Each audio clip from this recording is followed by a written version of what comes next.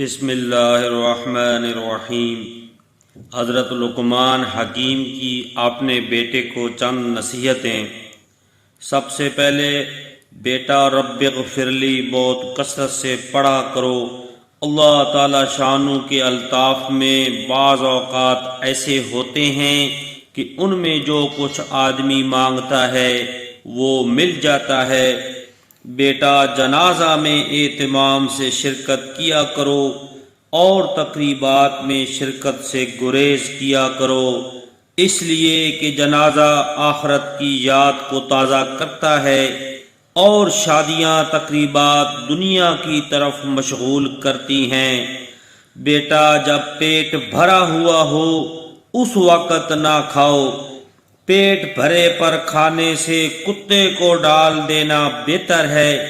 بیٹا نہ تو تم اتنا میٹھا بنو کہ لوگ تمہیں نگل جائیں، نہ اتنا کڑوا بنو کہ لوگ تھوک دیں۔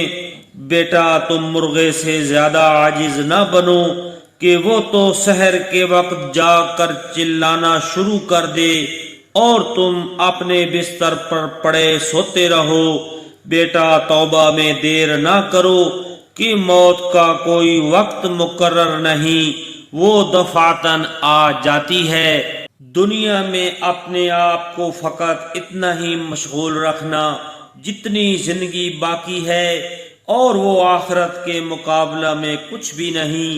حق تعالی شانو کی طرف جتنی تمہیں احتیاج ہے اتنی ہی اس کی عبادت کرنا، اور ظاہر ہے کہ آدمی ہر چیز میں اس کا محتاج ہے۔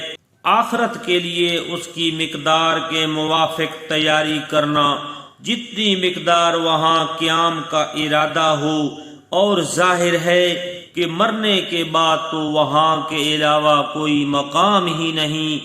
جب تک تمہیں جہنم سے خلاصی کا یقین نہ ہو جائے اس وقت تک اس سے خلاصی کی کوشش کرتے رہنا۔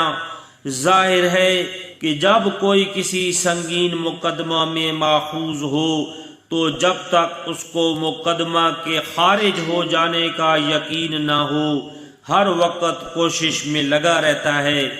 گناہوں پر اتنی جرأت کرنا جتنا جہنم کی آگ میں جلنے کا حوصلہ اور ہمت ہو۔ جب کوئی گناہ کرنا چاہو ایسی جگہ تلاش کر لینا جہاں حق تعالی شانو اور اس کے فرشتے نہ دیکھیں۔ بیٹا قرض سے اپنے کو محفوظ رکھو کہ یہ دن کی ذلت اور رات کا غم ہے، یعنی قرض خواہ کے تقاضے سے دن میں ذلت اٹھانا پڑتی ہے اور رات بھر قرض کی فکر میں گزرتی ہے۔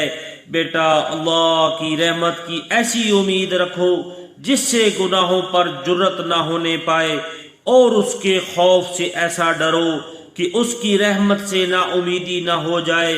بیٹا جب تم سے کوئی شخص آ کر کسی کی شکایت کرے کہ فلاں نے میری دونوں آنکھیں نکال دیں اور واقعہ میں بھی اس کی دونوں آنکھیں نکلی ہوئی ہوں، تو اس وقت تک اس کے متعلق کوئی رائے قائم نہ کرو جب تک دوسرے کی بات نہ سن لو۔ کیا خبر ہے کہ اس نے خود پہل کی ہو اور اس نے اس سے پہلے 4 آنکھیں نکال دی ہوں۔